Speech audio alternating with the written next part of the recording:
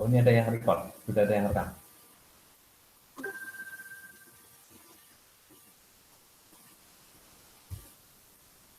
Oke, sudah direkam ya.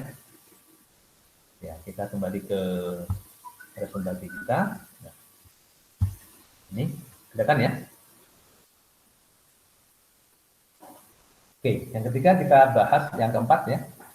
Alokasi dari sumber ke pasar atau supply ke market itu berpengaruh terhadap kinerja supply chain. Maksudnya gimana? Kinerja supply chain tadi sudah kita bahas, yaitu kita bisa melihat dari sisi customer, ini berkaitan dengan bagaimana kemampuan kita untuk men-serve, ya, kita ukur dari responsiveness atau efektivitas.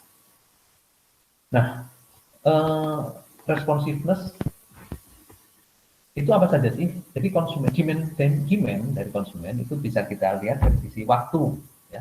Jadi bagaimana kita bisa memenuhi demand dari sisi waktu, ya. Contoh misalnya ya, contoh. Saya sebagai distributor memesan kepada Anda, ya, seperti minggu kemarin. Saya minta tanggal 20 September. 20 September, gudangnya ada di Buah Batu misalnya, ya. Nah, kemampuan Anda untuk segera men-serve dari sisi waktu itu sangat menentukan, ya. Sangat menentukan apa? Sangat menentukan saya sebagai distributor puas atau tidak puas nantinya, gitu ya. Nah, oleh karena itu Anda harus memutuskan, ya, memutuskan Pak Yunan gudangnya ada di Buah Batu, waktunya minta tanggal 20. Nah, agar tanggal 20 itu bisa di-serve tepat waktu, ya, tanggal 19 Anda ngirim.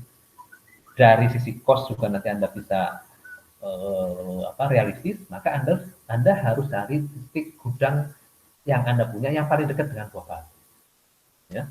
Sehingga dari sisi waktu Anda nanti bisa memenuhi. Nah, ini contoh. Termasuk jumlahnya, ya. Nah, ini contoh bagaimana alokasi dari titik pasokan Anda ke titik gudang saya, ya, itu adalah kinerja rantai pasok, ya. Kemampuan Anda dalam memenuhi kebutuhan saya. Kebutuhan saya waktu dan juga jumlah dan juga lokasi. Ini kinerja supply chain dari sisi responsiveness atau efektivitas.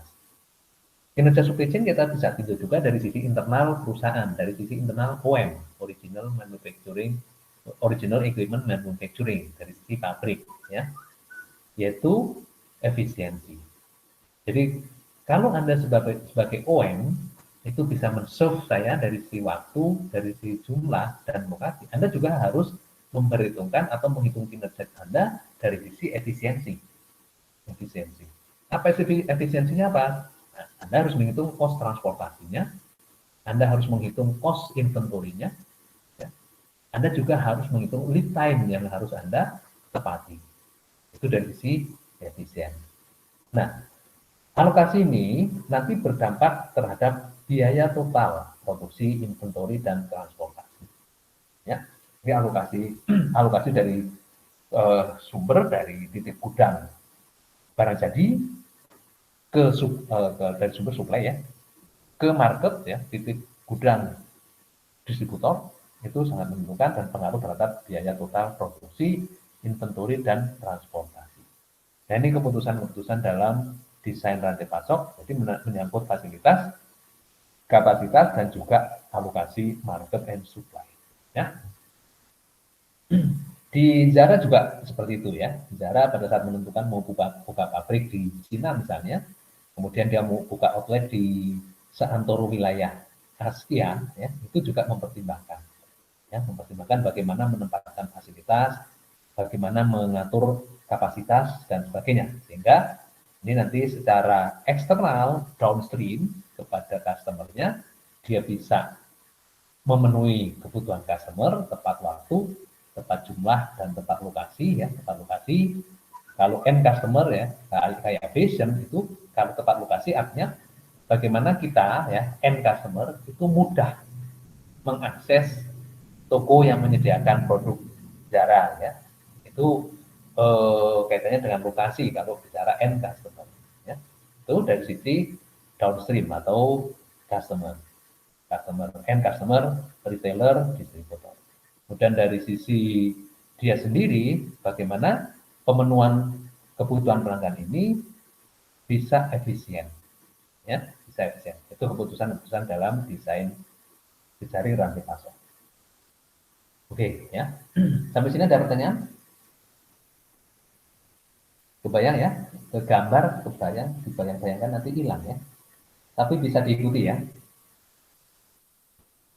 Oke. Nah, faktor-faktor apa saja yang perlu kita pertimbangkan pada saat kita mau mendesain ya? Faktor-faktor apa saja yang berpengaruh pada saat kita mau mendesain jejaring rantai pasok ya, membuka cabang misalnya ya. Membuka cabang. Oke. Yang pertama adalah faktor-faktor yang strategis. Faktor strategis. Ini faktor strategis berkaitan antara low cost dengan responsiveness. Low cost, ya, low cost itu efisien ya, kita bicara efisien. Kemudian responsiveness kita bicara efektivitas. Low cost itu bisa kita bicara dari sisi internal, ya, jadi bagaimana kita bisa ya supply chain itu bisa beroperasi secara efisien, ya, untuk memenuhi kebutuhan customer ya. Jadi efisien, responsif ya, kemampuan untuk memenuhi kebutuhan customer tepat waktu, tepat jumlah, tepat lokasi. Jadi ini faktor strategis ya. Nah, itu yang diputuskan oleh apa yang diputuskan pada saat Zara mau ekspansi ya dan membuka pabrik di Cina, di India misalnya ya, itu faktor strategis. Kemudian yang kedua, faktor teknologi. Ya, faktor teknologi ini perlu dipertimbangkan juga, yaitu nanti ini berpengaruh ya. Ini berbicara masalah kapasitas, penggunaan kapasitas. Ya, ini kita bisa memperbandingkan antara kapasitas tinggi, high capacity. Artinya apa? Kalau kita bekerja dengan high capacity, ya, itu artinya kita mampu memanfaatkan kapasitas apa skala ekonomis dari kapasitas, ya, atau low fixed fasilitas, ya.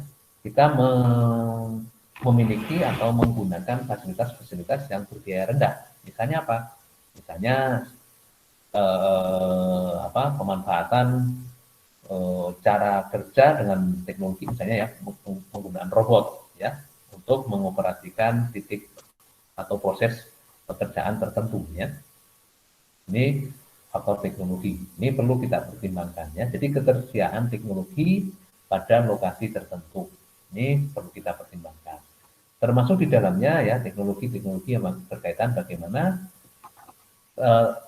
flow material atau produk mengalir dengan efisien dari titik supply paling hulu sampai ke titik distribusi paling hilir ya. Itu yang perlu kita pertimbangkan faktor teknologi. Kemudian faktor makroekonomi. Jadi kalau kita mau memutuskan desain atau memutuskan misalnya kita membuka lokasi atau cabang atau menempatkan fasilitas tertentu, itu juga perlu mempertimbangkan faktor makroekonomi. Contohnya apa? Contohnya pajak, ya pajak yang berlaku. Nah kalau misalnya di dalam negeri domestik, ya nanti ada pajak daerah ya, pajak daerah, kemudian ada retribusi, mungkin ini harus kita pertimbangkan. Kalau global, ini juga harus dipertimbangkan pajak yang berlaku di negara yang akan kita buka cabang atau buka lokasi. Kemudian tarif, ya tarif ini bentuknya macam-macam. Ya, kalau misalnya kita bicara, ya kalau di domestik ini tarif itu relatif bentuknya nanti dalam bentuk pajak daerah atau retribusi dan sebagainya. Mungkin tarif tidak ada. Tapi kalau kita bicara di global, itu tarif itu sangat lazim berlaku ya di banyak negara. Kemudian nilai tukar ini juga perlu kita pertimbangkan, khususnya kalau misalnya kita mau mendesain jaring rantai pasok global ya, nilai tukar.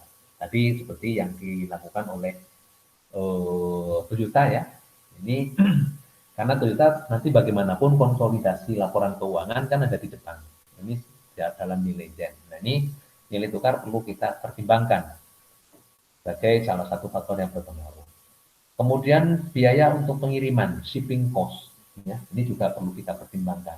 Kenapa? Karena shipping cost atau transportation cost ini merupakan bagian yang sangat besar dari biaya produksi, ya, biaya distribusi. Ini perlu kita pertimbangkan. Kemudian faktor politik, stabilitas politik ini bisa berlaku baik domestik maupun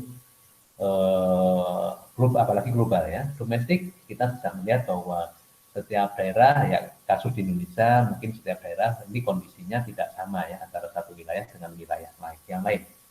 Kestabilan politik tempat, masalah sosial dan sebagainya. Ini harus kita pertimbangkan juga. Termasuk kalau misalnya kita mau membuka jejaring global ya. Pemerintah, masyarakat, keamanan, ekonomi ini perlu dipertimbangkan. Ini menjadi faktor yang berpengaruh. Kemudian infrastruktur, ya, infrastruktur ini ketersediaan lahan ya, infrastruktur. Jadi hal-hal yang berkaitan dengan ketersediaan sarana prasarana, misalnya apa? Lahan, SDM, kemudian kedekatan dengan pusat transportasi, kemudian kereta api, misalnya kalau kita akan mengangkut dalam jumlah yang besar ya, besar banyak, ini angkutan kereta api adalah salah satu pilihan karena cost per unitnya itu lebih murah. Nah, makanya di beberapa di kita itu ada dibuatkan kawasan industri ya. Itu salah satunya untuk menekan cost ya. Itu dari sisi infrastruktur ya. Di Bandung ada kawasan berikat, kawasan industri di Gedebage, kemudian di Majalaya untuk industri tenun itu juga kawasan penyediaan infrastruktur oleh pemerintah. Kemudian airport dan seaport ya, pelabuhan, bandara, pelabuhan, kemudian akses ke jalan tol, kemacetan dan utilitas lokal ya, air, listrik, telekomunikasi itu juga perlu menjadi faktor yang berpengaruh dalam penentuan desain network, keputusan desain network. Ya. Kemudian faktor persaingan ya, kedekatan dengan pesaing ya, ini juga perlu dipertimbangkan. Setiap industri itu mempunyai karakter yang berbeda. Nah, contoh kasus misalnya, kenapa industri retail itu harus berdekatan? Alfa, Indomaret, minggu lalu pernah kita bahas belum nih? Kenapa kok mereka selalu berdekatan?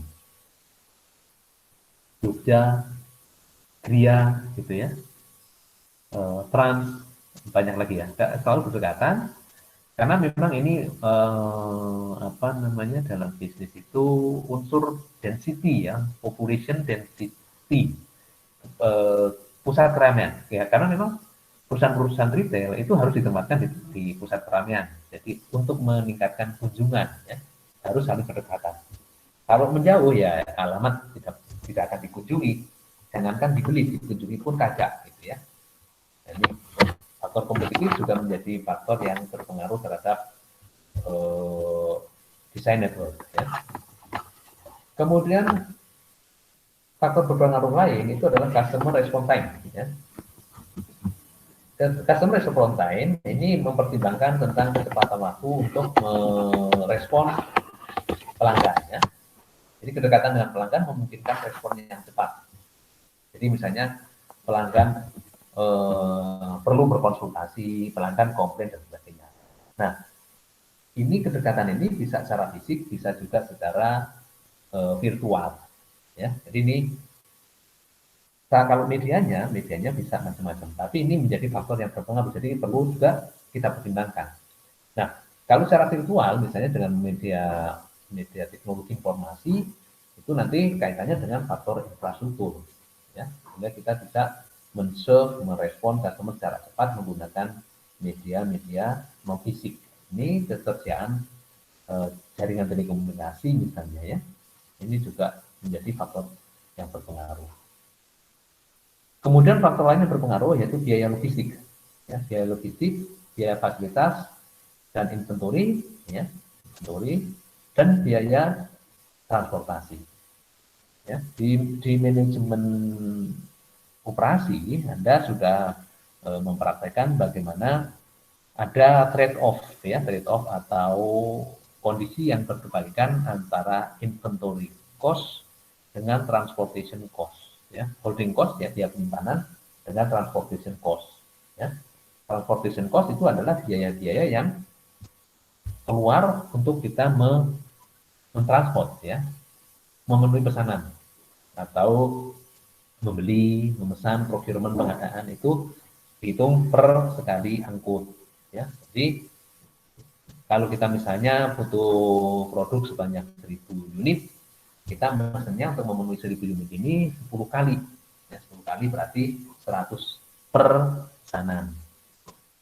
Semakin sedikit yang kita pesan, berarti biaya transportnya akan semakin tinggi. Nah, ini biaya logistik. Tapi ini ada kebalikannya ya, berkebalikan dengan biaya inventory. Ya. Semakin sedikit kita memesan, maka biaya inventory juga semakin rendah. Jadi berkebalikan dengan biaya transportasi. Nah, ini perlu kita pertimbangkan ya, biaya logistik. Oke. Nanti kaitannya dengan apa biaya logistik? Kaitannya dengan bagaimana penggunaan skala kapasitas, bagaimana kita memanage order, bagaimana kita memanage inventory dan sebagainya. Ya. Itu nanti kita ada simulasi juga di pertemuan-pertemuan yang akan datang ya. Apa namanya trade off antara inventory dengan transportasi. Nah, ini faktor-faktor yang berpengaruh dalam desain network. Sampai sini ada pertanyaan atau ada komentar? Sebelum kita menginjak subtopik yang lain. Enggak, Pak. Enggak, Pak. Cukup. Jangan dibayangkan ya, kalau dibayangkan nanti selesai hilang. Tapi dipahami ya, diresapi.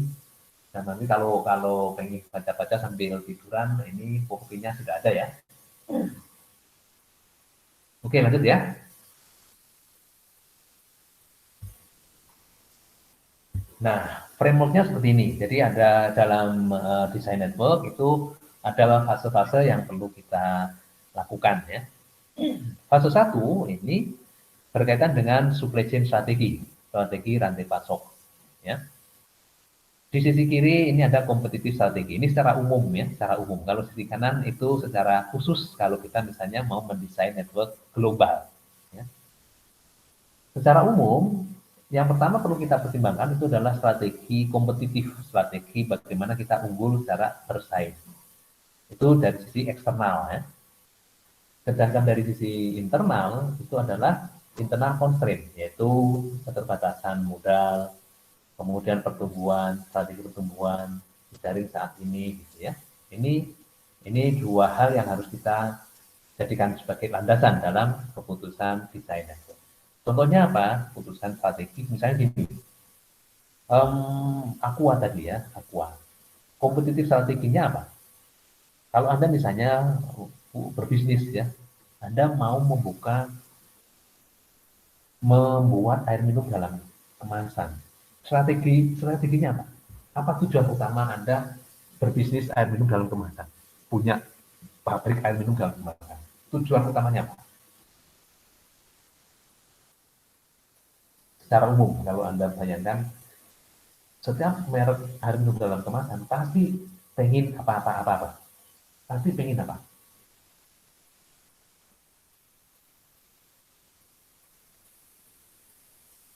Pasti pengen mereknya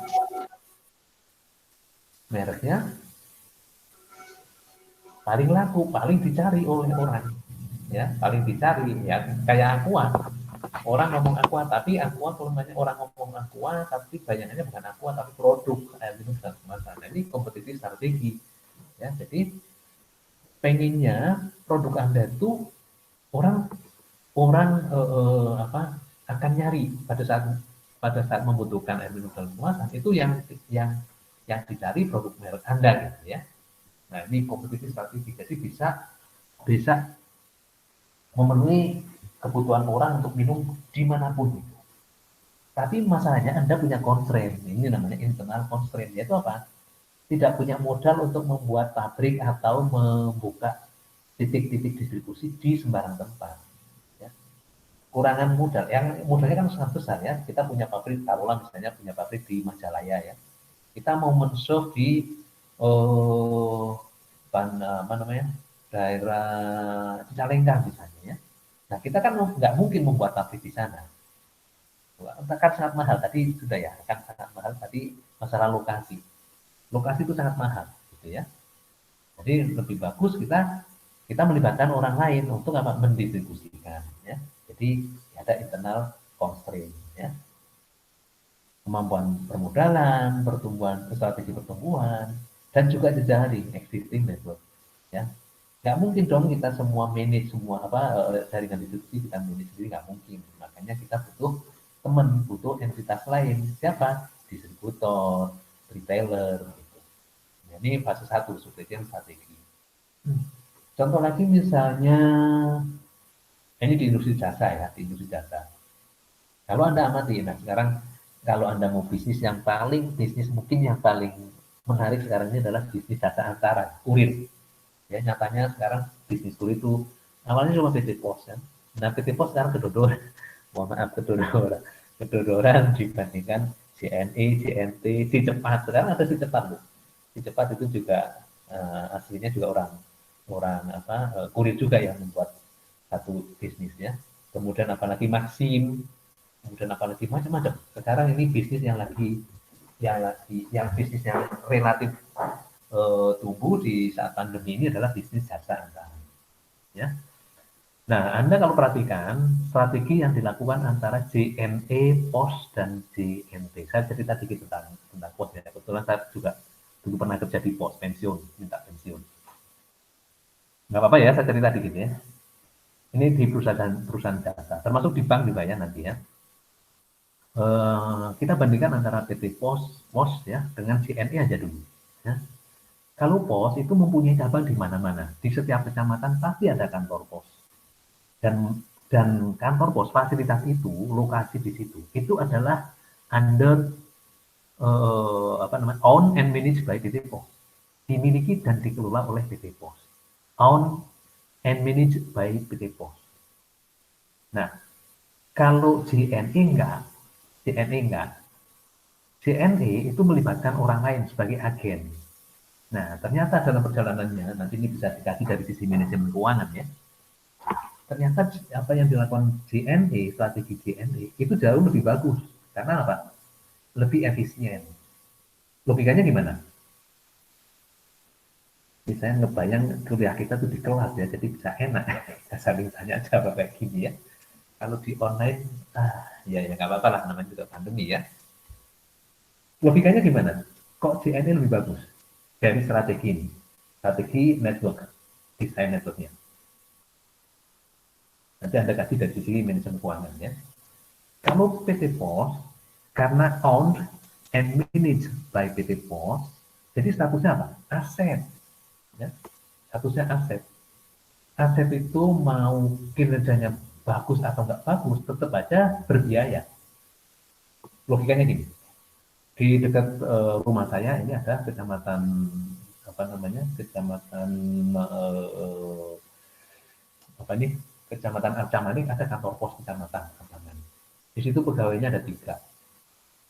Nah, kalau dalam 1 bulan omsetnya misalnya, omsetnya hanya taruhlah misalnya 20 juta.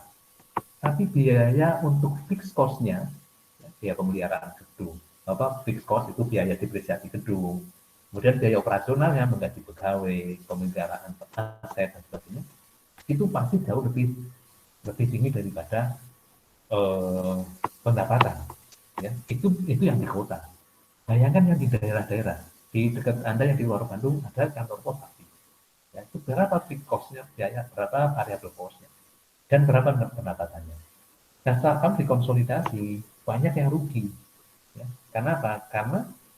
Karena cabang mereka itu adalah aset mereka. Ya, own and managed by itself. Gitu ya. Bandingkan dengan JNE. JNE mempunyai outlet di sini, outletnya banyak sekali. Bahkan toko menjadi outletnya JNE. Itu tidak own and managed by JNE. JNE hanya menetapkan standar. Ini loh, kalau mau jadi agen saya, cut off time-nya segini, cara menerimanya gimana, segini, tarifnya segini. Gitu. Tapi asetnya bukan milik JNE. Ya. JNE hanya ngasih komisi agen. Nah, ini kalau nanti di manajemen keuangan ya, kalau nanti di konsolidasi, profit and loss-nya pasti JNE lebih top daripada PT Pos. Itu. Ini sisi lain, network ya, masalah network. Tapi ini fenomena terbaru juga lucu. Dan kadang kalau kita amati bisnis itu memang kadang-kadang anomali ya. Begitu JNT masuk, JNT Anda tahu ya, JNT ya, yang endorsernya pakai aktor siapa itu yang kotak gitu ya. JNT itu ternyata kayak PT Pos, jadi di manage dan by itself gitu ya. Nah ini saya jadi nggak ngerti kenapa ya. mungkin mereka saking besarnya punya duit. Nggak tahunya dia itu memang punya Alibaba ya. jadi ya luar biasa. Karena alasannya apa? Lebih mudah untuk memanage, aset sendiri dibandingkan dengan agen. Gitu. Ya, itu sisi lain. Mungkin nanti di manajemen strategik bisa dijadikan bahan kajian ya. Oke, ini fase pertama ya, supply chain strategi. Kemudian fase kedua, ini konfigurasi fasilitas secara regional ya. Production teknologi, misalnya apa? Biaya yang harus kita keluarkan ya. Biaya macam-macam, nanti ada biaya produksi, biaya operasi, biaya non produksi, dan ujung-ujungnya nanti di bagaimana profit and loss-nya ya. Kemudian cost, skala atau dampak cakupan dampaknya terhadap teknologi tersebut, kemudian support yang dibutuhkan dan fleksibilitas teknologi. Ini berbicara tentang lingkungan kompetitif. Ya, ini kalau kita bicara secara umum, sedangkan kalau di sebelah kanan ini bicara secara global. Ya. Kita harus mempertimbangkan global competition. Global competition. Makanya ini memang kita harus belajar banyak dari negara barat dan Cina ya. Di kita tuh banyak sekali produk-produk merek US ya. Kemudian belakangan masuk merek Itali, kemudian belakangan masuk merek Jepang, dan belakangan masuk merek-merek Cina. Tapi bagaimana dari lokal global kita sangat jarang ya.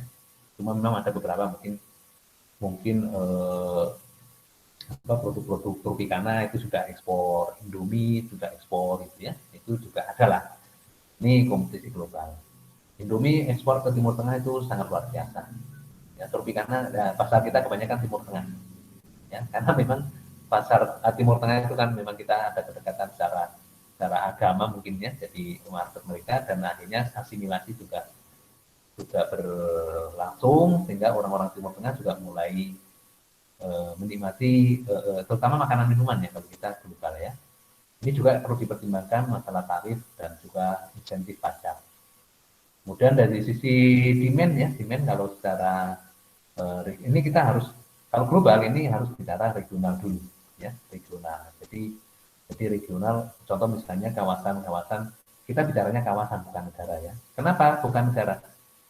Ya karena kalau skop negara itu size-nya relatif kecil. Ya size-nya kecil. Kenapa sih produk-produk kayak Indofood, kemudian produk Tropicana itu nyasarnya Timur Tengah, ya. Meskipun nanti pusatnya ada di Arab sama di Uni Emirat ya, karena yang dilayani itu adalah pasar regional. Dan kita tahu penduduk Indonesia kalau timur di Arab itu permintaan dari jamaah umroh haji aja sudah luar biasa ya. Belum lagi nanti para tenaga kerja kita yang bekerja di sana. Ya. Kemudian juga perlu kita pertimbangkan pertumbuhan homogenitas dari pasar, gitu ya. Kemudian spesifikasi lokal ya, contoh misalnya masalah gaya hidup orang lokal, gitu ya. Itu masalah keyakinan dan sebagainya. Ini termasuk di dalamnya adalah political dan exchange rate dan juga risiko dari demand. Oke.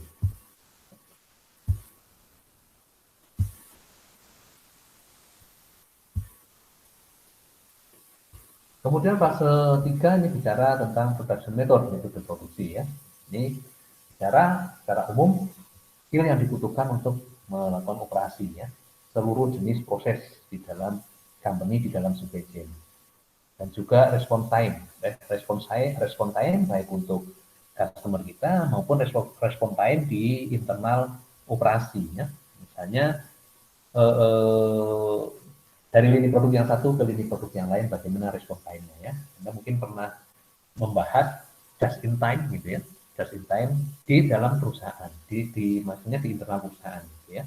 Jadi tidak ada waktu menunggu dari proses yang satu, perakitan yang satu ke perakitan berikutnya, itu tidak ada waktu menunggu, tidak ada inventory mengendap. Ini konsep just in time di internal, secara internal.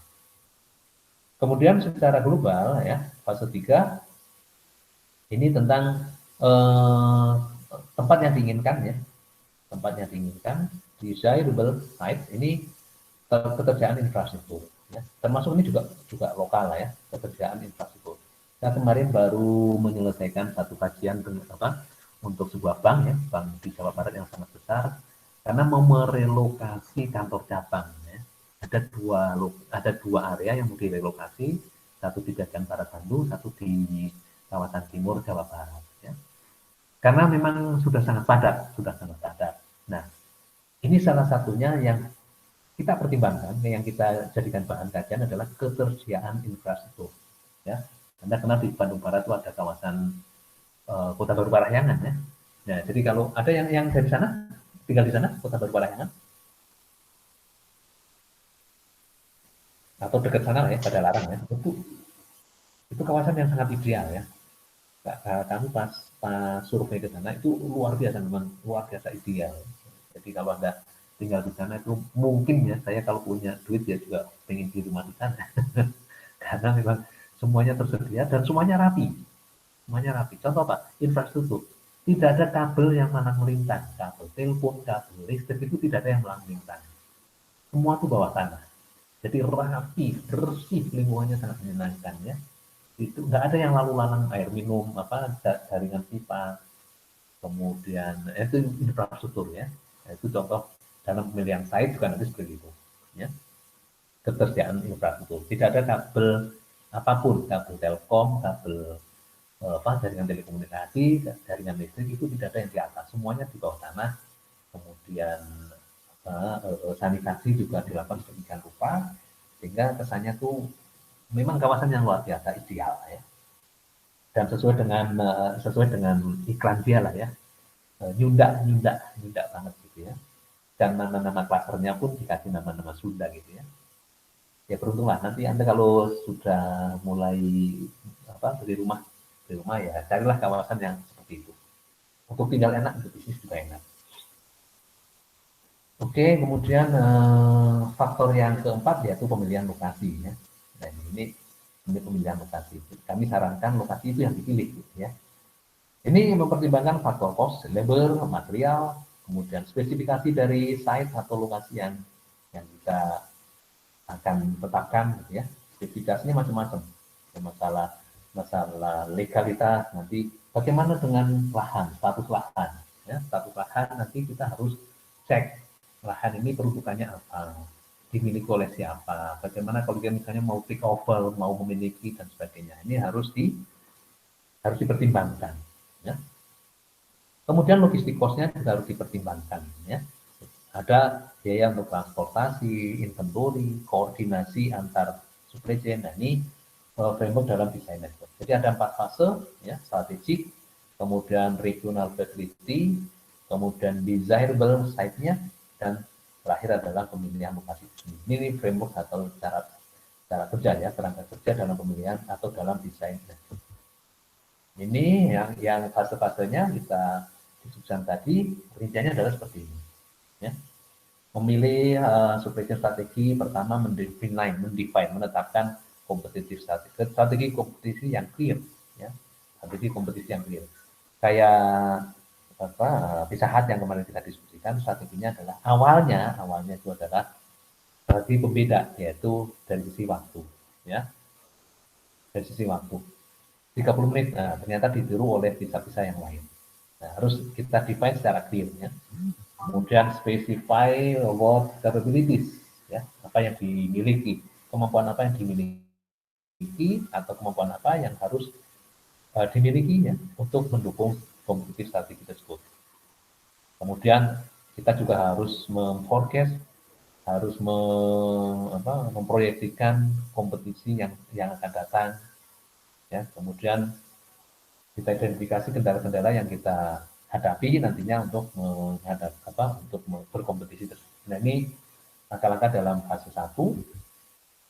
Kemudian fase 2 ini konfigurasi fasilitas secara regional. Ini nanti kita memforecast regional atau country demand ya. Jadi kalau misalnya ya, nanti Anda bisa cek bisnis-bisnis startup yang mau expand ya. Dulu ada bisnis sepatu roda kalau nggak salah ya, yang mau expand ke luar, itu apa yang mereka lakukan gitu ya. itu perlu dipertimbangkan juga ya. Kemudian mengidentifikasi kemungkinan penggunaan skala ekonomis untuk mereduce cost, ya, skala ekonomis untuk mereduce cost. Jadi misalnya ini sekarang lagi apa namanya ya?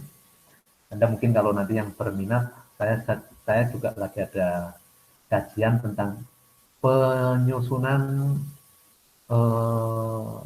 mendesain rantai pasok industri nikel, industri berbasis nikel.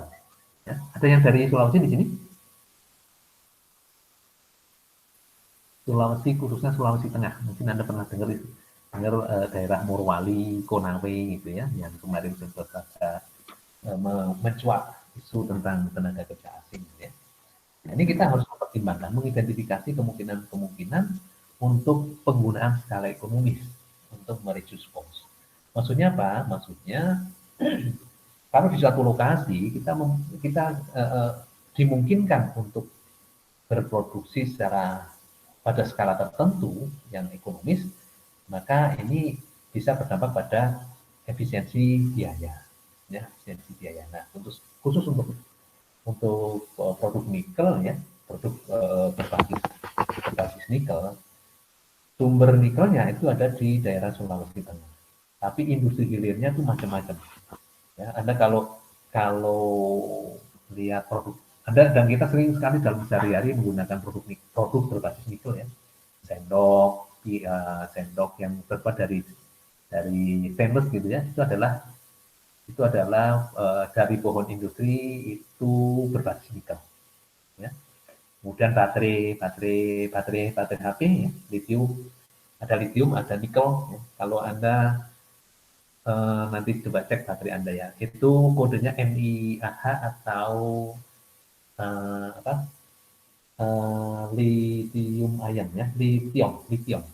Kalau lithium ion itu dari lithium, tapi kalau NiAh itu dari nikel ya, baterai. Kemudian ini nanti juga ya, forecast demand. Nanti kalau misalnya Anda sempat terus lancar di internet, coba cari tentang strategi atau isu global tentang sustainable energy. Ya. Jadi Indonesia sudah menandatangani kesepakatan dunia untuk mengurangi gas emisi pada 2030 itu maksimal 29% gas emisi atau polusi. Nah, ini pemerintah juga sedang merancang atau sedang menetapkan strategi bagaimana mencapai 29% ini. Salah satunya adalah pengembangan industri otomotif berbasis listrik. Nah, kalau yang mau bisnis, nah ini Anda baca ke depan, forecast ke depannya. Nanti industri otomotif berbasis listrik itu akan ramai di 2025, 2030 pasti ramai. Ya, dan tinggal bisnis apa nih yang terkait dengan supply chain dari bisnis otomotif berbasis listrik. Ya, misalnya gimana kalau kita membuka bisnis cas-casan, bisnis cas-casan untuk sepeda motor listrik karena pasti butuh cas-casan itu. Sebelum di sebelum Pertamina mendominasi, Indomaret, Alfamart mendominasi, mungkin ada mulai sekarang yang punya duit ya, gimana kita membuka titik-titik untuk charge station untuk charge point ya, mengecas. Nah ini harus kita kembangkan juga skala ekonomisnya untuk mereduce cost. Kalau kita hanya membuka 1-2 titik pasti akan bangkrut dalam waktu mungkin berapa hitungan bulan ya. Tapi kalau kita membuka dalam skala yang besar, karena fixed cost-nya sangat besar ya, fixed cost-nya sangat besar. Pertamina mungkin mampu kan, dia memang punya modal yang sangat kuat ya. Ya, SPBU nanti pada saat akan tergantikan oleh apa namanya, bukan SPBU, stasiun pengisian bahan bakar, tapi stasiun pengisian listrik, gitu ya. Stasiun pencasan listrik, SPCL, stasiun pencasan listrik, SPCL, SPCL gitu ya. Oke ya. Kemudian identifikasi risiko, ya risiko demand misalnya, demandnya apakah kontinu atau tidak, ya. Demandnya kontinu, jangan sampai kita sudah membuka lokasi, kita sudah membuat cabang, tapi demandnya cuma dalam waktu yang sangat singkat. Nah, ini yang akan sangat merugikan ya. Kemudian juga risiko pertukaran nilai tukar, ya, risiko volatilitas nilai uang dari kalau global ya dari negara yang akan kita buka nantinya ya. Kita kalau membuka cabang global ya, network global ini harus dari negara-negara yang exchange rate-nya relatif stabil. Ya, misalnya biasanya negara-negara maju atau negara kaya. Arab itu relatif stabil ya, Arab Timur Tengah relatif stabil karena memang mereka negara kaya ya. Malaysia relatif stabil. Kalau kawasan-kawasan yang tidak stabil, misalnya negara-negara miskin ya, kayak di Amerika Selatan, kemudian Eropa Timur itu relatif tidak stabil. Nah, ini perlu dipertimbangkan juga. Ya, termasuk politik. Nah, dari sini ini akan menjadi dasar untuk mengkonfigurasikan network rantai pasok. Ya. Ini fase 2. Kemudian fase 3 memilih seperangkat faktor-faktor yang potensial. Ya. Nah, memilih lokasi-lokasi yang potensial dari setiap wilayah. Jadi nanti kita sudah punya apa alternatif lokasi. Teknik yang bisa digunakan mungkin nanti Anda akan belajar apa namanya teori keputusan ya, teori keputusan menggunakan fuzzy model fuzzy atau menggunakan AHP ya, analitik hierarchy proses. Ini juga bisa digunakan secara kuantitatif, itu bisa digunakan ya. Kemudian pemilihan didasarkan pada ketersediaan infrastruktur untuk mendukung metode produksi yang akan digunakan. Ya, di sini kita bisa membedakan ada dua jenis infrastruktur, yaitu hard infrastruktur, ya, misalnya apa, pemasok, transportasi, komunikasi, utilitas, dan juga warehouse. Ini hard infrastructure. Atau yang bersifat soft infrastructure, ya, soft ini berupa kesediaan tenaga terampil, kemudian perputaran tenaga kerja, penerimaan masyarakat terhadap bisnis dan juga industri. Nah, ini karena kita nanti kita menyiapkan Anda untuk bisa bersaing ya, jadi Anda sangat beruntung karena di TLU itu ada fasilitas untuk pengembangan soft, ya, soft competence. Ya, apalagi sekarang dilengkapi dengan Bandung Teknopark ya, itu luar biasa. Nah, ini fase 3 ya, pemilihan perangkat atau dari alternatif site kita akan memilih berdasarkan perangkat aspek ya, infrastruktur ya, hardnya juga softnya kita pertimbangkan. Dan fase yang terakhir itu adalah pemilihan lokasi itu sendiri. Dalam hal ini memilih lokasi dan alokasi kapasitas yang tepat untuk setiap fasilitas. Ya, jadi pemilihan lokasi dan alokasi kapasitas. Jadi kalau lokasi sudah kita pilih, maka nanti akan kita desain ya, kapasitasnya, kemudian jejaring supply and demand network, demand and supply network, dan nanti akan kita lakukan perhitungan. Pemilihan ini dibatasi pada lokasi potensial yang ditetapkan pada langkah sebelumnya ya. Ini batasan-batasan ini. Ya. Tentu saja tidak setiap lokasi itu tidak ada kekuatan, ada kelemahan ya. Anda sudah terbiasa menggunakan SWOT analysis ya, itu bisa juga dipakai untuk melengkapi model-model kuantitatif untuk pemilihan lokasi. Ya. Yang pertama network ya. Network didesain untuk memaksimalkan total profit. Ya, jadi desain kita itu ujung-ujungnya memang harus mempertimbangkan profit. Ya. Desain network itu mempertimbangkan margin dan demand setiap segmen, kemudian biaya logistik dan fasilitas, pajak, tarif, dan sebagainya. Ya. Jadi memaksimalkan total profit. Masih ingat kemarin minggu lalu kita sudah bicara tentang profit, yaitu TR minus TC. Ya. Nah, network yang kita desain itu nanti ditujukan tujuan akhirnya itu adalah bagaimana kita memaksimais selisih antara TR dengan TC. Ya. TR itu marketnya ya, kita bicara TR itu adalah bicara market atau demand-nya, kemudian TC itu bicara cost yang timbul ya, cost untuk produksi, cost logistik, fasilitas, pajak dan sebagainya ya, termasuk nilai tukar, risiko terhadap nilai tukar tadi. Kemudian soft infrastructure ya, ini ketersediaan tenaga terampil, perputaran tenaga kerja dan penerimaan masyarakat ini juga perlu dipertimbangkan ya. Di sini ada pertanyaan? Enggak, Pak. Belum. Berarti Belum, Pak. sudah oke ya. Nah, kalau sudah kita akan coba simulasi ya.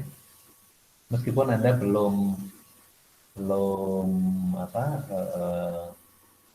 kuliah Operation Research, tapi kita akan coba untuk bagaimana metode kuantitatif kita gunakan dalam network design. Ada satu model yang kita kenal sebagai model optimasi. Sebentar, saya minum dulu. Sebentar.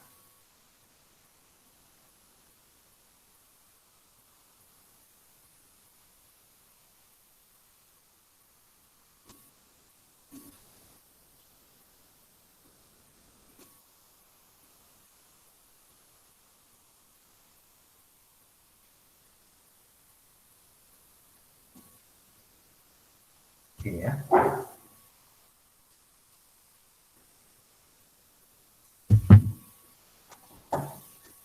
Nah, model optimasi untuk menentukan network.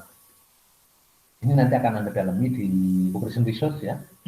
Di Operation Research Anda akan dalami dengan beragam permasalahan-permasalahan optimasi ya. Optimasi ini salah satu bahasan dalam riset operasi ya. Nanti mungkin semester depan atau setelahnya lagi.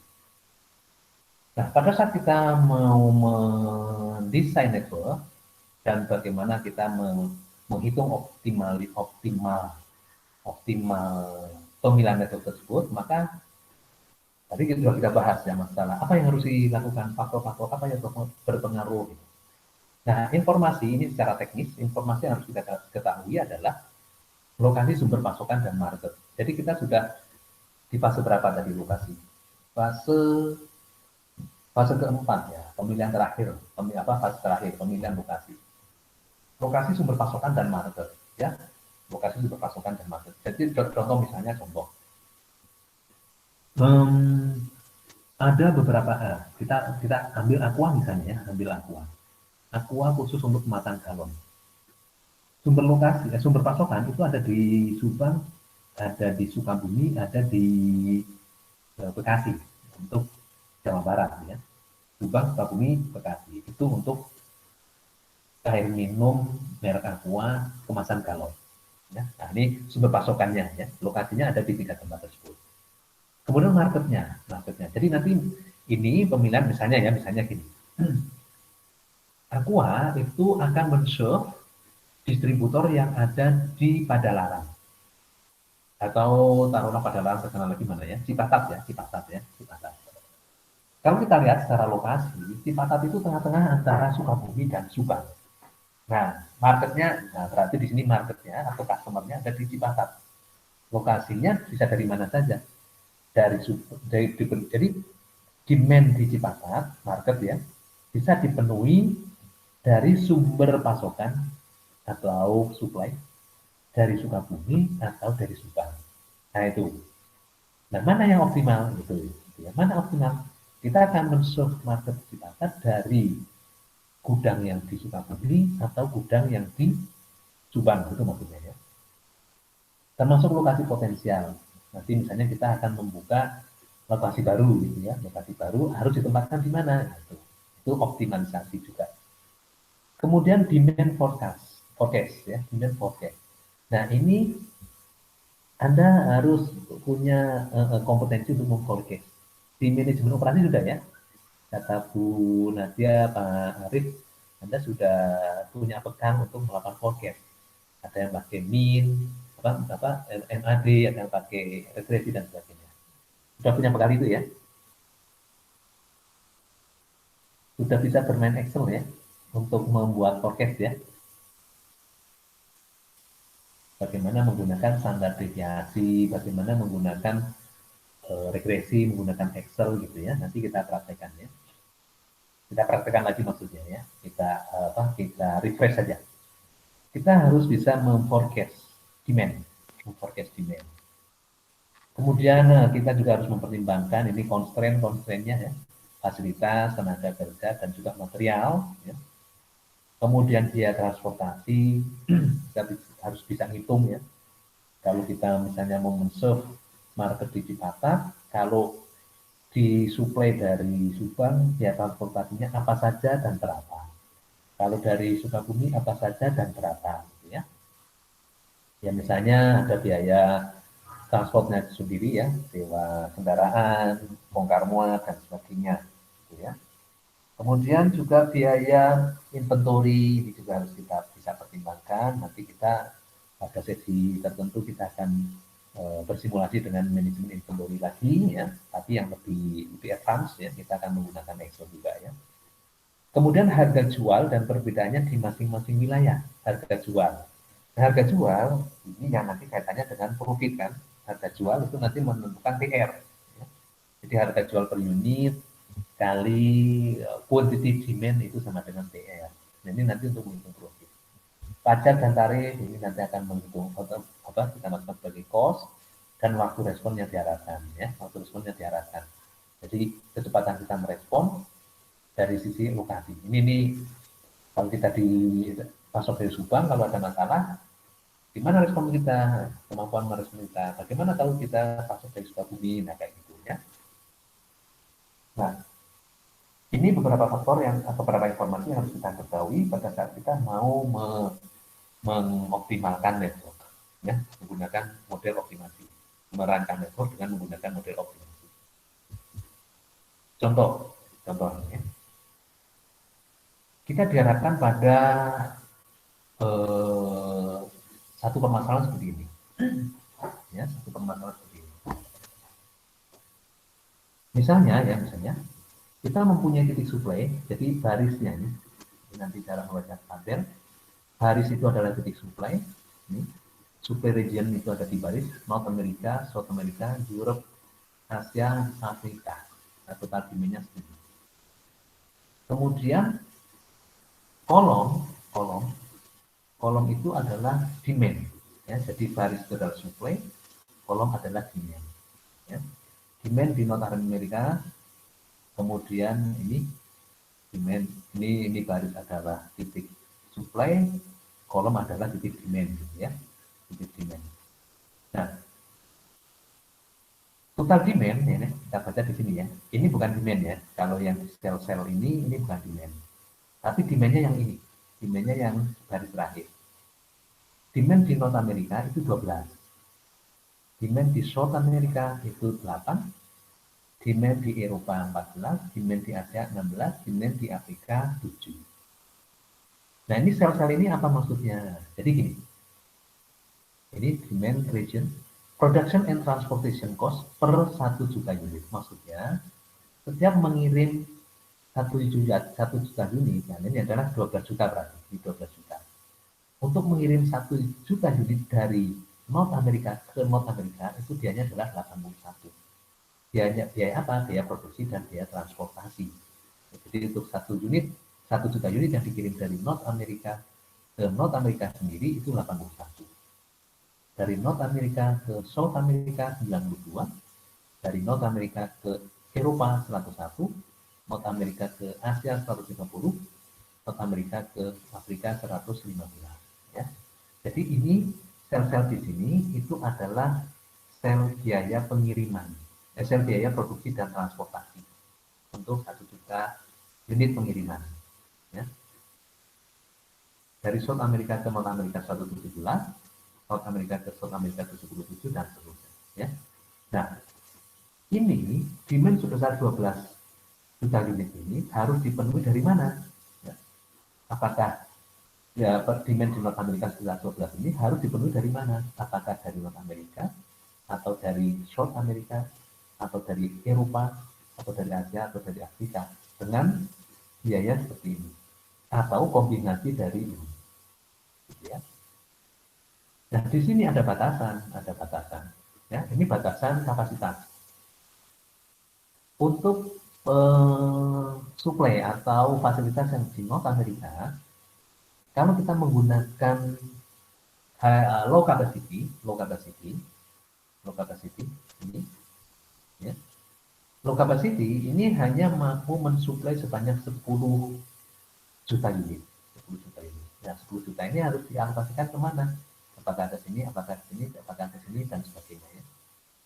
Kemudian kapasitas di South America itu juga 10. Kemudian di Eropa ini 10. Ya, jadi masing-masing lokasi ini mempunyai kapasitas, kalau low itu 10, kalau high itu 20. Ya, kalau high 20. Oke ya. Sekarang berkaitan dengan kapasitas ini, kalau kita mau menggunakan low capacity, maka untuk North America ada fixed cost sebesar 6.000.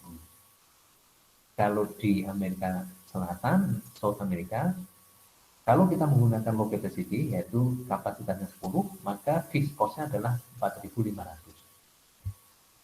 Kalau di Eropa, low capacity itu fixed cost-nya 6.500, di Asia 4.100, di Afrika 4.000.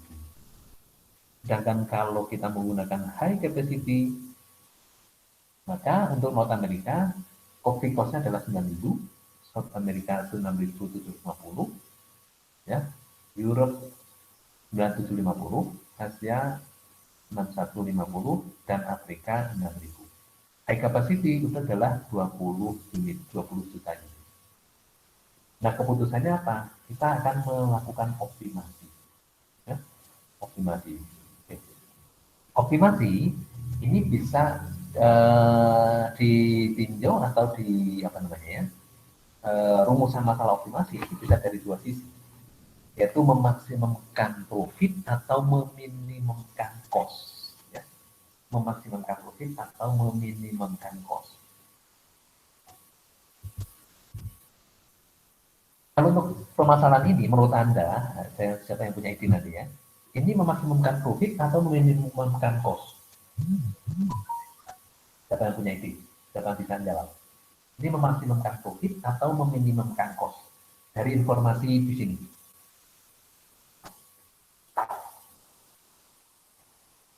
Saya bisa kasih opini?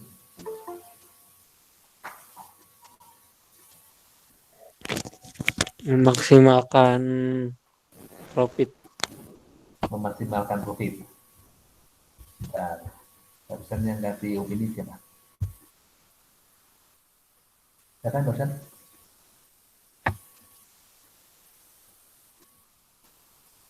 Agung, Pak. Agung lagi. Oke. Memaksimalkan profit. Kenapa Agung? Sama Aldi. Sama? Bentar, saya catat ya. Agung sama Ardi ya. Sama siapa? Sama Ardi. Kenapa kau memaksimumkan profit? Ada yang punya opini atau ide? Kenapa memaksimalkan profit? Kalau informasi yang tersaji itu itu tadi aku Ardi bilang memaksimumkan profit. Kenapa kok memaksimumkan?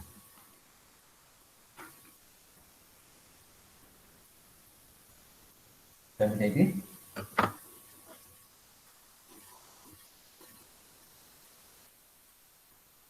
Coba kita cek lagi ya. Nah, kelihatan ininya? Tabelnya? Kelihatan, Pak. Kelihatan, Pak. Oke ya. Nah, informasi ini, Pak. oke ya. Informasi ini adalah biaya produksi dan transportasi per 1 juta unit dari titik pasokan baris ke demand kolom.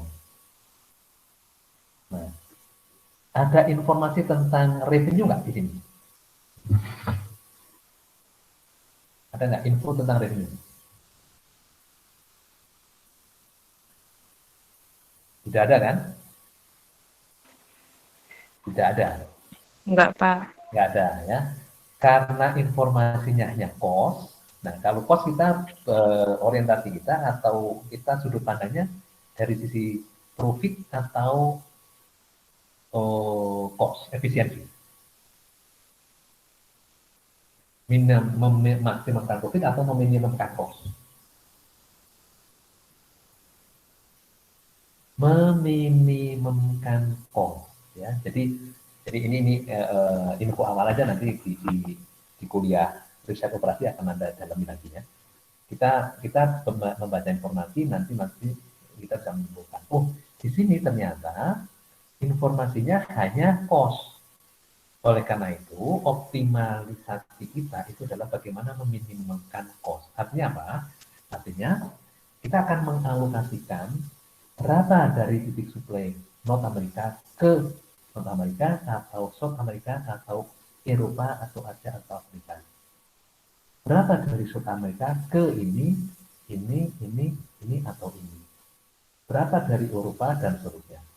Nah, nanti hasilnya akan kita dapatkan kombinasi transport, kombinasi berapa unit dari baris ke kolom yang menghasilkan cost minimum, ya, gitu ya. Jadi mungkin nanti rekamannya diulang lagi ya, saya ulang lagi. Berapa kombinasi transportasi atau pengiriman dari titik suplai baris ke titik demand kolom, ya, yang bisa memenuhi demand di kolom ini, ya. Ini 12 di North America, 8 di South America, 14 di Eropa, 16 di Asia, dan 7 di Afrika. Ya, jadi bisa memenuhi, artinya semua demand ini terserve, fulfill, terpenuhi. Dan bisa memenuhi batasan ini juga, gitu ya. Bisa memenuhi batasan ini juga. Kita mau membuka low capacity untuk setiap titik suplai ini atau high capacity dengan konsekuensi fixed cost masing-masing. Ini model optimasi. Jadi di sini dari informasi yang kita baca di sini ini adalah minimize cost, meminimumkan cost, bukan memaksimumkan profit. Ya, kalau memaksimumkan profit itu ada informasi tentang misalnya ya harga jual produk per unit. Nanti kalikan demand, ya, kita bisa menghitung profit per unitnya berapa, ya, gitu ya. Jadi ada informasi tentang harga jual. Kalau di sini tidak ada informasi tentang harga jual, tapi adanya informasi tentang cost. Berarti ini adalah model optimasi untuk minimize cost, bukan maximize profit. Oke, ya.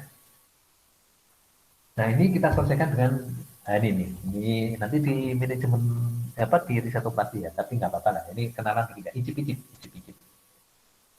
untuk melihat menggunakan pemodelan optimasinya. Jadi ini fungsi tujuannya ada di sini, meminimumkan cost. Yang diminimumkan itu apa?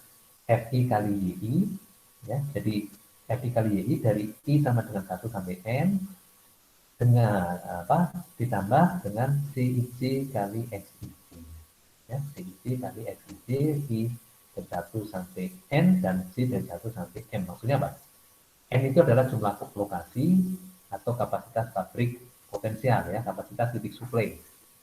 M itu jumlah titik pasar, ya, jadi dari M jumlah titik pasar, ya, kemudian DC itu adalah demand tahunan untuk pasar D, ya, DJ. KI itulah kapasitas, ya, kapasitas potensi pabrik. Ini I ya maksudnya pabrik, jadi I atau barisnya itu adalah supply atau pabriknya, D atau kolomnya itu adalah demand, ya. F itu adalah fixed cost tahunan untuk mengoperasikan pabrik ini, jadi ini ya, FI itu adalah fixed cost dikalikan, YI-nya belum ya, YI-nya itu adalah kapasitas yang digunakan. Kapasitas yang digunakan itu ada dua, yaitu kapasitas rendah atau kapasitas tinggi. Ini adalah fixed cost, ya, jadi meminimumkan biaya fixed cost dan biaya variable cost. Ya, biaya variable cost itu adalah CIC, yaitu biaya memproduksi dan mengirimkan per unit dari pabrik I atau dari titik pasokan I ke pasar C. Ya, di sini ada produksi, inventory, transportasi dan tarif. Ya, kalikan XID-nya. XID-nya adalah jumlah atau alokasi pengiriman dari pabrik I, ya, baris ke pasar C atau kolom. Ini Y-nya belum, ya. Saya tambahkan di sini ada YI. FI, YI. Ini berarti atas potensi. Oh, ini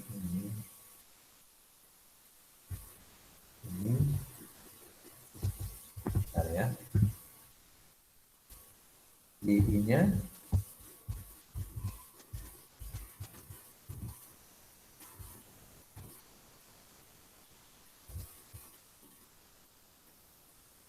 tinggi.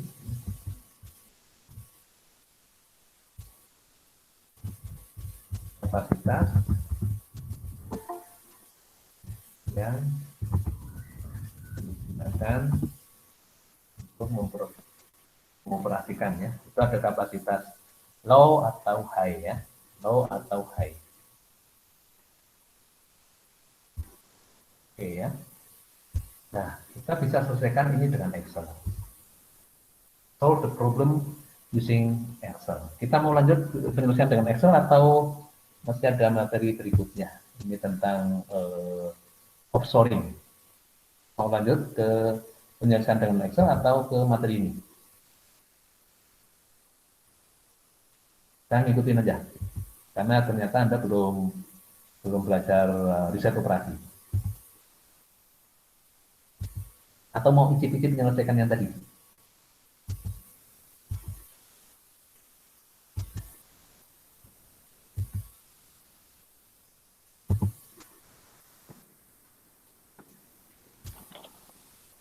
Gimana? Kita mau selesaikan atau kita lanjut aja?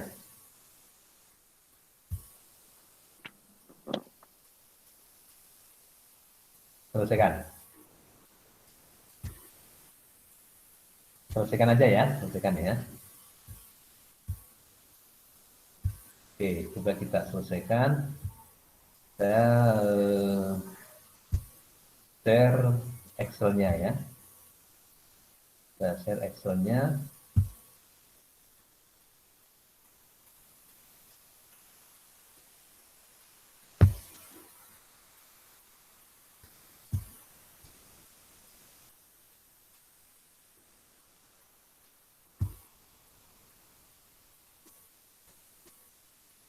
Nah, nanti ini saya share di file ya.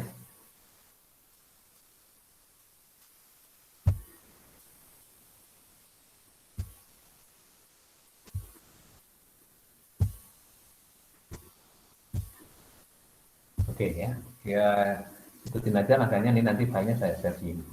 Kelihatan Excel-nya? Kelihatan, Pak. Kelihatan, Pak. Oke, kita bahas ya. Nah ini kita selesaikan dalam Excel nanti ya ini untuk untuk pengetahuan aja dulu, nanti akan didalami di mata kuliah riset operasi ya. Ini adalah tabel awal, initial table namanya ya. Jadi cara membacanya, baris itu adalah titik supply, kolom itu adalah titik demand ya. Baris titik supply, kolom demand.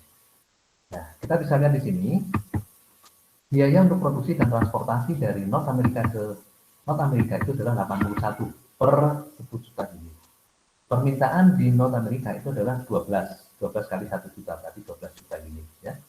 Permintaan di South America itu 8. Kemudian biaya transportasi, biaya produksi dan transportasi dari North America ke South America itu adalah 92, South America ke South America itu 77. Nah, kita ingin mengkombinasikan dari titik pasokan yang ada di baris ini, ke titik demand yang ada di kolom ini. Nah, berapa yang harus diangkut dari titik pasokan ini ke titik demand ini untuk bisa memenuhi demand di North America sejumlah 12 juta, South America sejumlah 8, Eropa 14, Asia 16, Afrika 7, ya, dengan biaya minimal, ya, dengan biaya minimal. Dan kita bisa memilih skala operasi yang kita gunakan, kapasitas yang kita gunakan untuk setiap titik pasokan. Ya, apakah kita mau menggunakan low atau high? Kalau kita menggunakan low, maka biaya tetapnya adalah untuk North America 6.000, South America 4.500 dan seterusnya. Kalau kita menggunakan high, maka fixed cost-nya adalah 9.000, South America adalah 6.750 dan seterusnya. Nah, ini adalah initial table-nya. Kalau secara manual ini nanti rumit sekali menghitungnya, maka kita akan selesaikan dengan Excel. Nanti kalau ini bisa Anda tulis ya, bisa Anda pakai bentuk catatan. Pastikan di Excel Anda itu ada fungsi add-on yang sudah bisa kita gunakan. Add-on-nya apa? Nanti di Excel, ya silakan kamu tulis. Cek di menu data. Kita akan menggunakan fungsi menu data. Kemudian cek di sini what if analysis. What if analysis, ya, what if analysis. Kemudian di sini ada solver, ya. Ternyata di sini belum ada solver, ya. Yang kita gunakan itu adalah solver. Nah, kalau belum ada seperti punya saya ini, belum ada solvernya kan ya. Nah, caranya gimana? Caranya kita akan install add-ons-nya, ya.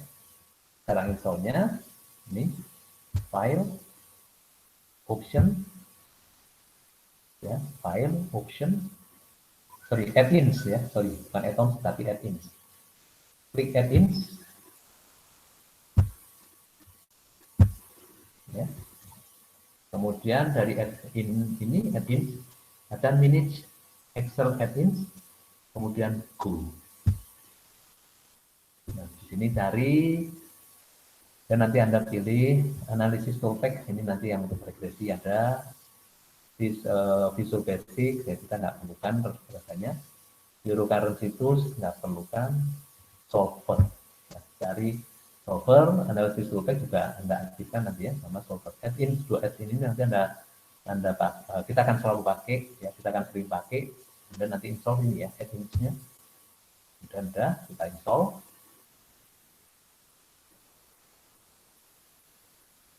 Oke, nah kita lihat di sini ya sudah ada data analysis sama solver, ya. Ini di menu add-ins analysis kita sudah data analysis, nanti kita bisa gunakan untuk forecast, ya. Ini misalnya forecast dan beberapa analisa statistik, ya, ANOVA, korelasi, kovarian, deskriptif, ada juga regression. Nah, nanti kita akan sering pakai ini, ya. Ada nanti install ya add-ins-nya ya. Nah, untuk kasus ini optimasi kita menggunakan solver. Kita akan menggunakan solver. Nih, solver, ya. Oke. Baik, diikuti ya. Ini adalah tabel awal ya, tabel inisial. Ini sudah kelihatan cost untuk produksi dan transportasi dari titik supply ke titik demand ini seperti ini ya di Excel-nya. Kemudian kita selesaikan, ya. Kita selesaikan, copy tabel yang tadi, ini copy di sini. Ini tabel inisiasinya ada di sini, ya, tabel inisialnya.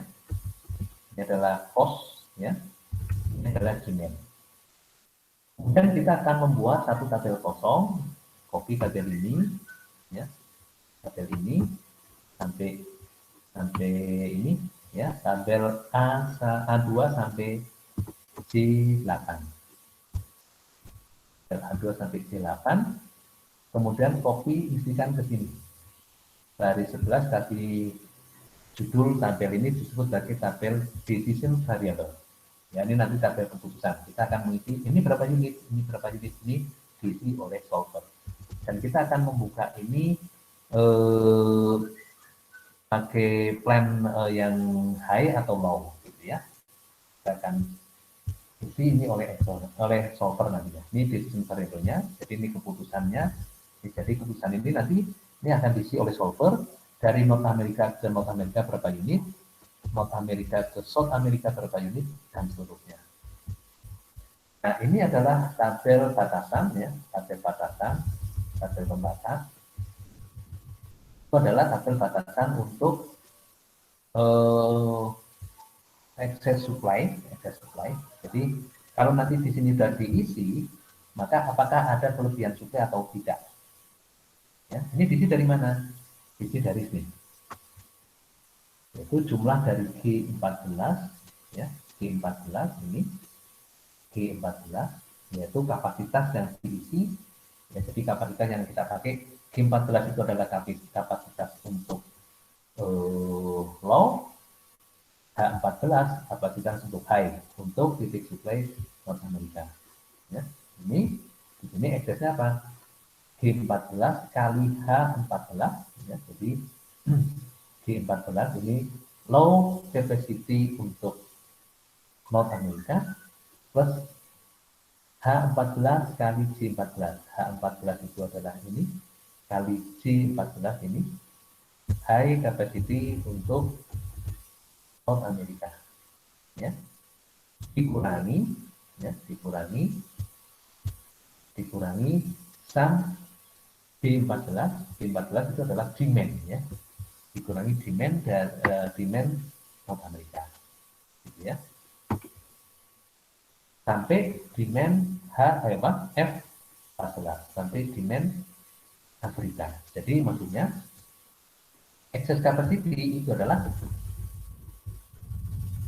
jumlah kapasitas yang akan di set di North America, ya,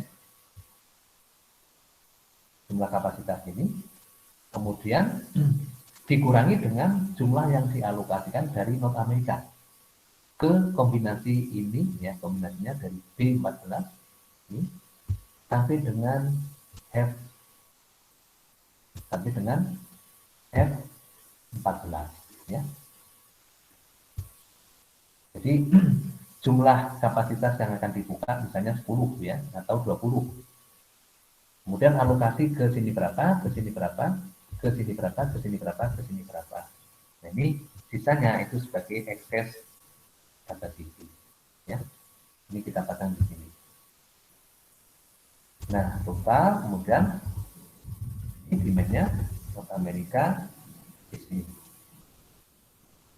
Unmet demand-nya, ya, unmet demand. Jadi demand yang tidak terpenuhi. Ini kita set yang pertama itu adalah unmet demand. B9 itu adalah demand.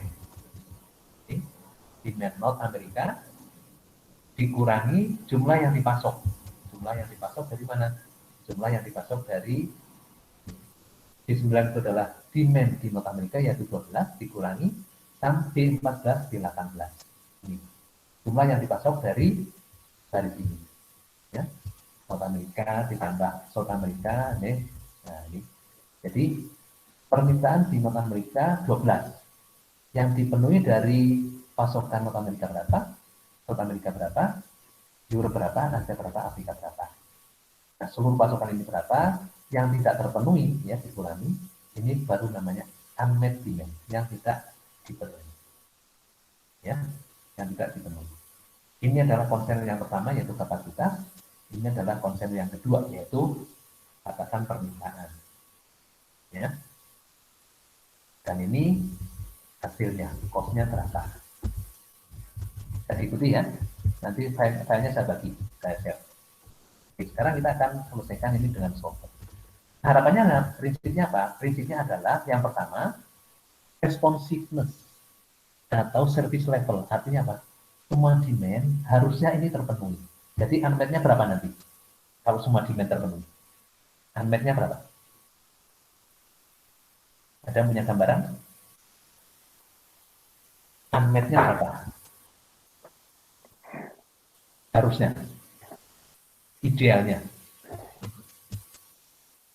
Kita kan tadi di kuliah yang slide-slide itu kan dua kinerja rantai pasok yaitu responsiveness atau service level, ya.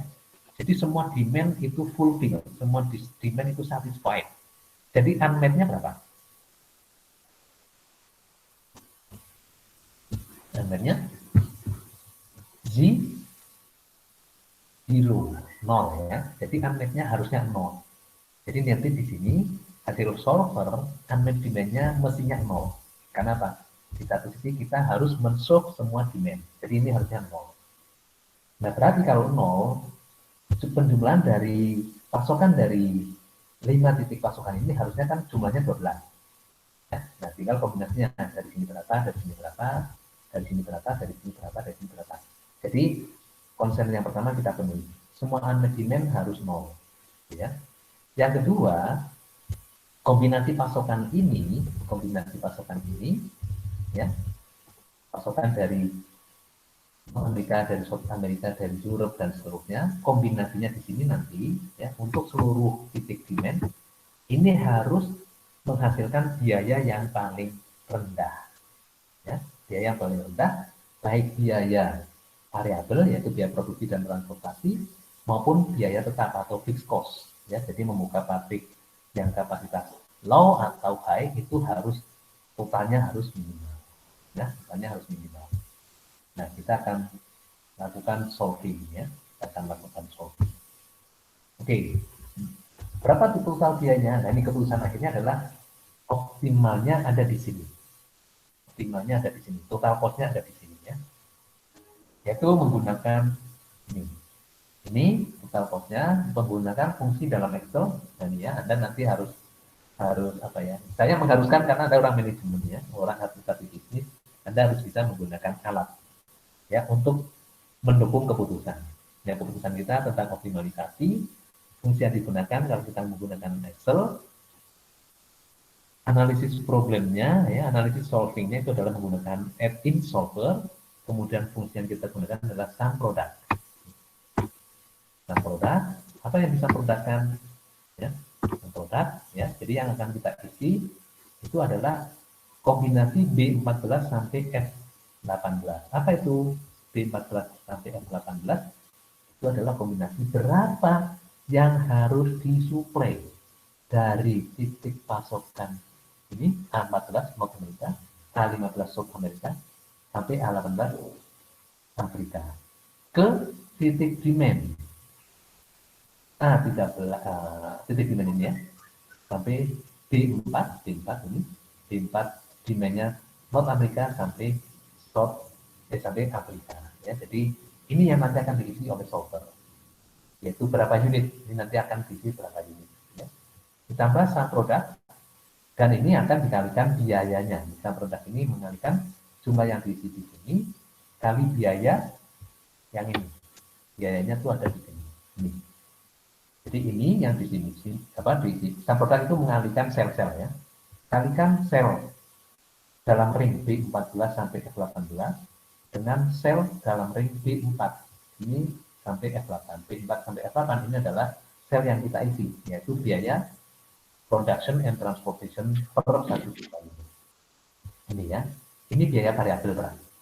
Ditambah sum product ya, ditambah biaya tetapnya. Biaya tetapnya kita ngambil G14 sampai G8, 18 ini ya. Ini berarti kombinasi antara plant dengan low capacity dan low capacity. Kalau kita menggunakan low capacity itu berarti nanti ada fungsi integer ya, 1 atau 0 gitu ya. Kalau 1 di sini berarti ini nanti menggunakan low capacity. Kalau 1 berarti ini 0 ya. Kalau di sini 1 pasti ini 0 gitu ya. Atau sebaliknya, kalau di sini 0 ini pasti 1. Dan nanti tinggal kalikan G4 sampai G8. G4 sampai G8 itu adalah tarif biaya untuk biaya tetap untuk low capacity tambah sum product H14 di sini nanti sampai H18.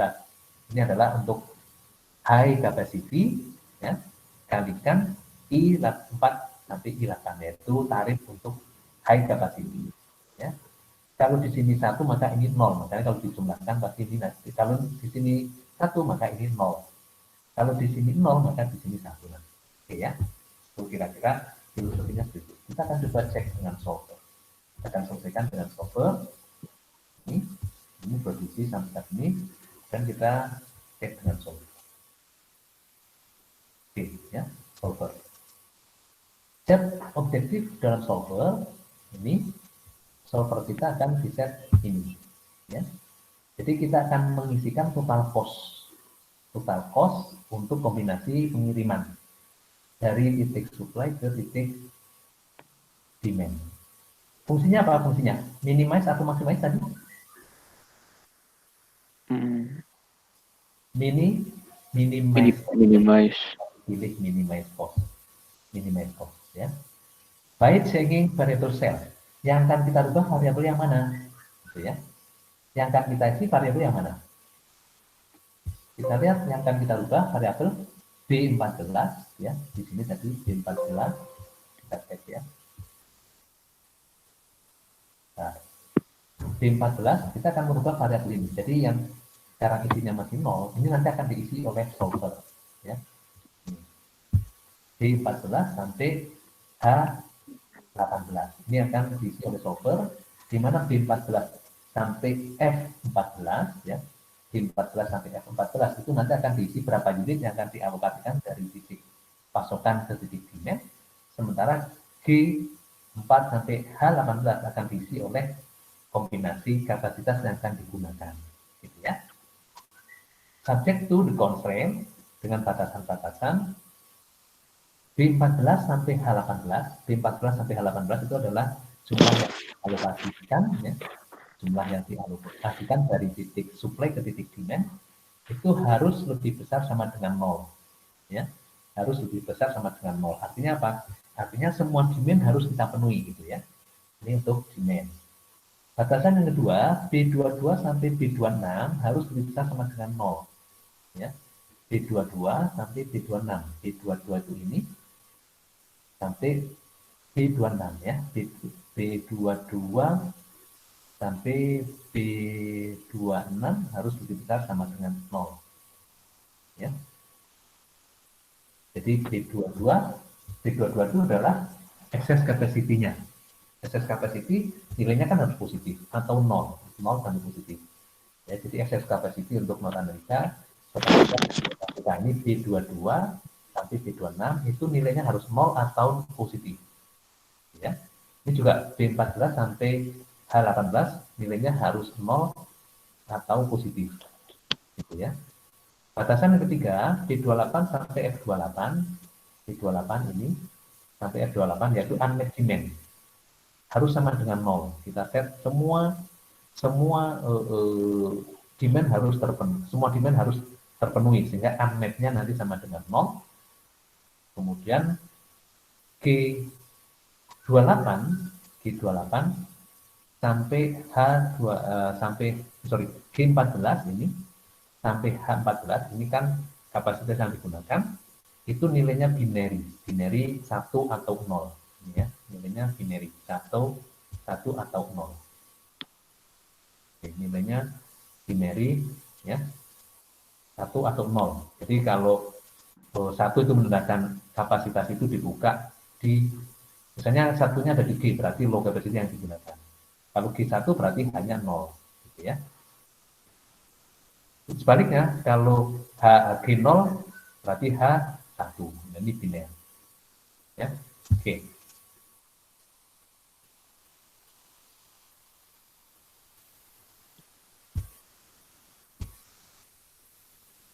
Oke ya.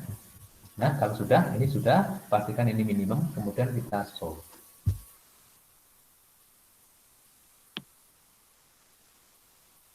Nah, ini trial solution, trialnya ada, ini hasilnya. Ya, if solver, ini hasilnya. Nah, sekarang kita cek. Ya, data ini, biar nggak membingungkan, ini kita rubah menjadi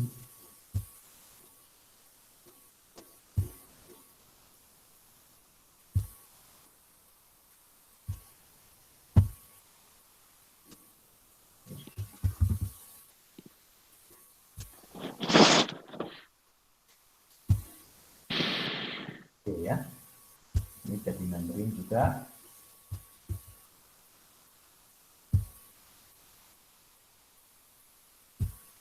Nah, sekarang kita cek. Ya. Hasilnya ini yang dihasilkan oleh solver, ya.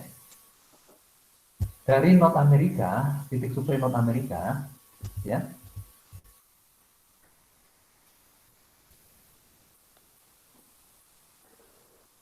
Itu dialokasikan ke, ini masih ambil.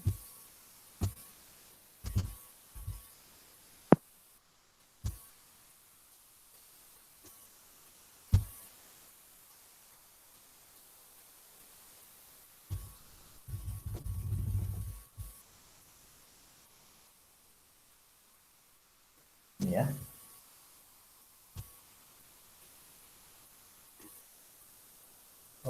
North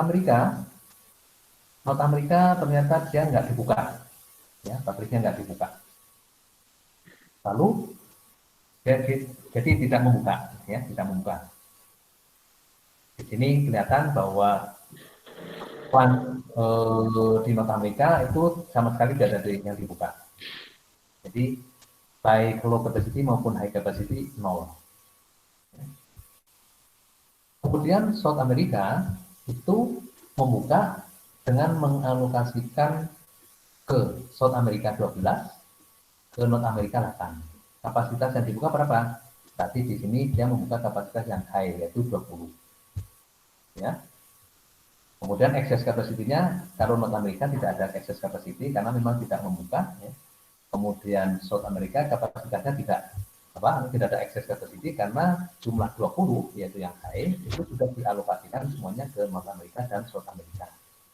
Ya, ini yang dibuka pabrik yang high. Europe, Eropa ini juga tidak dibuka, ya. Semuanya nol, ya, tidak dibuka. Kemudian Asia, ya, yang Asia itu dibuka yang high capacity 20 unit. Nah, 20 unit ini dialokasikan kemana? 20 unit dialokasikan ke Eropa 4, ke Asia sendiri 16. Ya. Sehingga ini unmet demand-nya tadi North America sudah terpenuhi semua 12, yaitu dari South America. South America sebanyak 8 ini sudah dipenuhi semua, yaitu dari South America. Europe sebanyak 10. Europe sebanyak 10 itu dialokasikan dari pabrik yang di Asia dan 16 ya, 16 dialokasikan dari pabrik yang di Asia. 14 ya. Dari Asia 4, dari Afrika 4. Maka unmet demand-nya. Kemudian Asia permintaan sebanyak 16 itu semuanya dialokasikan dari Asia. Ya, Asia membuka pabrik 20, kapasitas 20, alokasi untuk Asia sendiri sama Eropa 4, Asia 16. Permintaan di Asia sebanyak 16 sudah terpenuhi dari pabrik Asia, sehingga unmet demand-nya sama dengan 0. Ya. Kemudian permintaan di Afrika sebanyak 10. Ya, 10. Itu dipenuhi dari pabrik yang di Afrika. Ya. Pabrik Afrika itu dibuka untuk high capacity, berarti 20. Ya. 20 unit dialokasikan ke Afrika sendiri 7, ya, dan dialokasikan ke Eropa 10, sehingga total dialokasikan itu adalah 17, sementara dia kapasitasnya adalah 20, sehingga dia mempunyai excess capacity 3, ya, excess capacity 3. Nah, hasil total biaya, ya, total biaya untuk mengalokasikan produk dan biaya tetap untuk membuka pabrik itu adalah 23.751. Ini kira-kira, ya, nanti Anda tinggal ini nanti saya share ya, tapi tinggal dicek lagi. Kalau mau diulang, Anda bikin baru lagi, ya, atau mau dicoba dengan case yang lain. Ya. Nah, sampai sini ada pertanyaan? Enggak, Pak. Cukup? Iya, Pak. Bisa dipahami? Bisa diikuti? Atau bingung? Yang Excel masih bingung, Pak. Bingung, Pak. Oke, kalau Step-stepnya panjang banget. nanti coba saya buatkan algoritmanya ya. Saya buatkan urutan langkah untuk menyelesaikan Excel-nya ya. Kemudian nanti akan saya share lagi urutan untuk penyelesaian Excel. Kemudian untuk yang ini coba Anda baca sendiri ya. Ini untuk offshore, ini juga ada latihannya nanti di akhir, cuma ya latihannya ini memadukan antara manajemen keuangan dengan manajemen operasi ya. Kita memadukan dengan menggunakan decision tree ya, pohon keputusan, tapi nantilah kita bahas di kesempatan yang lain. Ya, untuk Excel-nya nanti akan saya share setelah saya lengkapi dengan langkah-langkah penyelesaiannya ya. Ada pertanyaan saat ini? Belum, Pak. Oke ya. Oke, kalau tidak ada pertanyaan, ini yang masuk. Sorry. Recordingnya ini saya. Gimana cara mematikan recordingnya?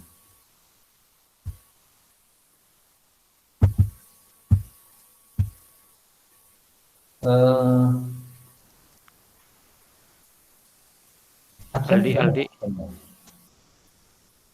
absen Anda sudah bisa ngisi presensi karena di LMS saya selalu narik ininya nggak berhasil ya. Narik presensi dari absensi nggak berhasil. Anda sudah bisa ngisi presensi belum? Gimana Pak? Presensi ini itu presensi untuk kuliahnya. Itu mah harus diinput sama Bapak kalau nggak salah Pak. Saya invite kan nggak bisa-bisa nih. Saya invite dari LMS nggak bisa-bisa nih. Nah, saya coba tampilkan untuk ini ya. Ini kalau cetak daftar hadir, sebentar saya share ininya ya. Nanti coba saya belum source sampai sekarang ini.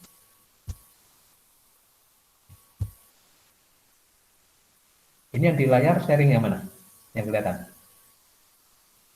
PPT Pak. Excel, Yang Pak. Excel. Yang Excel. Excel, Pak. Oke. Ini saya coba eh, share ini ya. Nah, ini presensinya.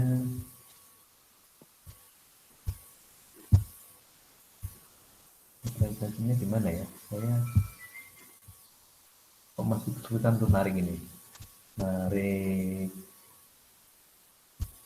presensi ini. Kalau kita ya manual lagi. Ini Kemarin dosen yang lain juga narik dari Gracias di absen manual dulu kan. bisa manual ya jadinya ya.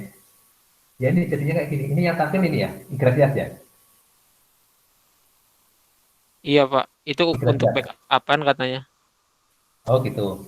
Jadi ini kalau saya cetak daftar hadir itu semuanya nol. Jadi semuanya nggak absen itu. Jadi terpaksa saya harus ngisi manual nanti. Memang gitu ya masih ya. Iya Pak, Harusnya soalnya kalau harus biasanya kan di kelas menggunakan KTM itu langsung masuk ke sistem. masuk masuk. Ya ya Kalau betul. sekarang nggak tapping itu Pak. Iya iya betul. Jadi ini saya kalau misalnya cetak daftar hadir itu nanti absennya nggak ada tanda tangan semua. Jadi ya nggak apa-apa. Saya terpaksa ini ya. Ini kalau saya cetak ini nanti kelihatan di sini itu nggak masuk. Jadi harus manual. Nah ini kan kosong semua nih. Ini jadi kosong. Nah ini kan kosong ya, kelihatan ya. Kosong. Nah sekarang, nah karena manual, nah saya minta Anda tetap di posisi, kemudian saya akan absen manual ya. Saya akan absen, sudah saya siapkan absennya. Jadi saya harus membuat absen manual, nanti saya entry manual gitu. Oke.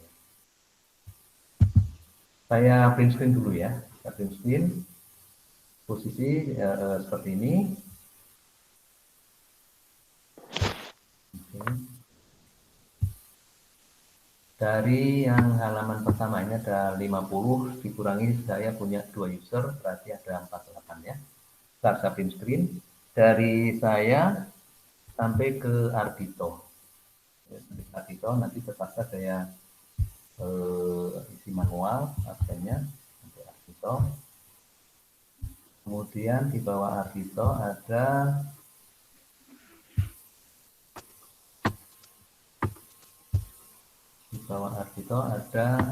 Ari Darmawan sampai Zaki. Saya print screen dulu.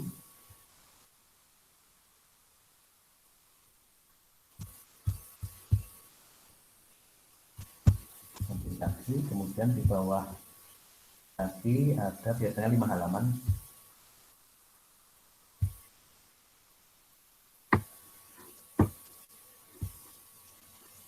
Ada Elsa Fira sampai Karina.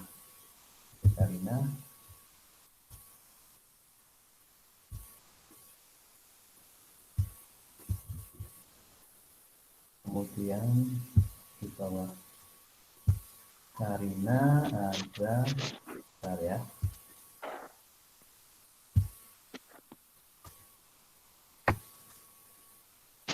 Kurnia, sorry. Karina ya. Di bawah Karina ada Kurnia sampai Reza.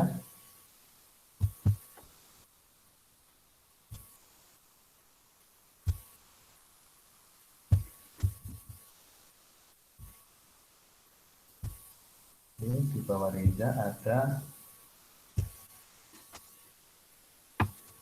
Raja ya, Raja. Dan Resti sampai Bindi.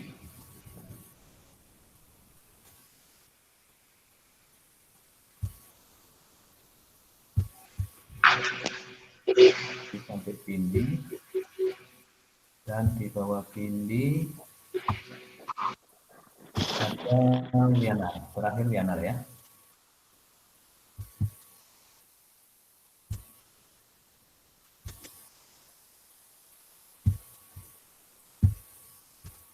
Liana.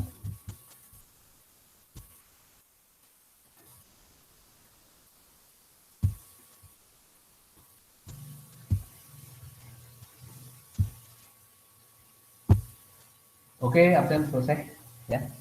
Ada pertanyaan sekali lagi? Enggak, Pak. Tidak ada? Enggak, Pak. Enggak, Oke, Pak. kalau tidak ada, nanti Excel-nya saya lengkapi dengan urut-urutan langkah untuk pemecahan optimasi gitu ya. Dan nanti akan saya taruh di file LMS ya. Nah, untuk absen saya masih coba konsultasi dengan Prodi bagaimana cara mengabsen langsung dari LMS gitu ya. Kalau Oke, tidak ada Pak. pertanyaan, kita akhiri sampai sini. Terima kasih kebersamaan dan antusiasmenya, dan mudah-mudahan ini menginspirasi Anda untuk pembahasan-pembahasan yang kemarin dan hari ini dan juga yang akan datang. Ya, terima kasih sekali lagi. Assalamualaikum warahmatullahi wabarakatuh. Kita Waalaikumsalam. Terima kasih, Pak. ya, absen kita cuma one. Ya. Oke, sampai ketemu minggu depan.